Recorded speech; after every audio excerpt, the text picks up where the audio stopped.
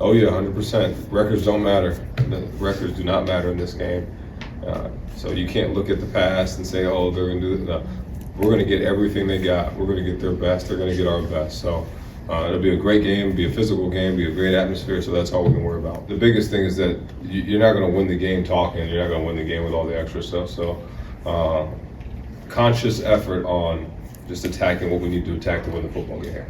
The fans, the crowd, their players talking, people talk, that doesn't matter. So we have to worry about executing and putting in the work to go win the game. That's it. Don't worry about all the other stuff that can harp you from, exerting energy on things you don't need to exert on. Yeah, that none of that helps you win the game. It actually takes away the energy from you winning the game. So all we have to do is, rinse, repeat. But urgency is the key word right now. Urgency in everything we do. Urgency in the detail, urgency in us going to class, making sure everything's aligned perfectly for us to win this game. So we can't worry about the past, but we can learn from it and learn about those things. So we're just going to continue to harp on that. All that stuff doesn't matter. Just work on the things we need to work on to win the game.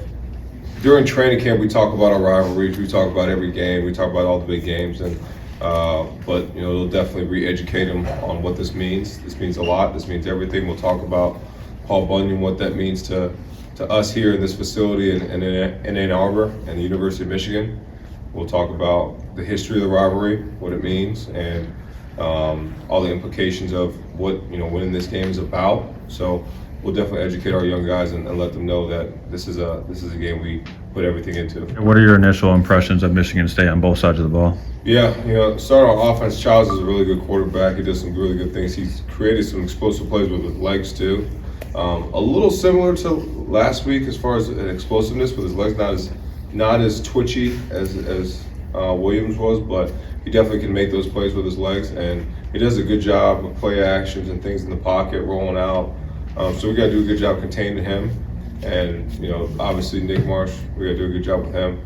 And then the run game, schematically, Coach Smith and that staff has done a good job always going back to Oregon State of whether it be under center, gun, pistol, whatever it is, of doing things to attack your defense. So we got to have a real good plan to defend and be gap sound.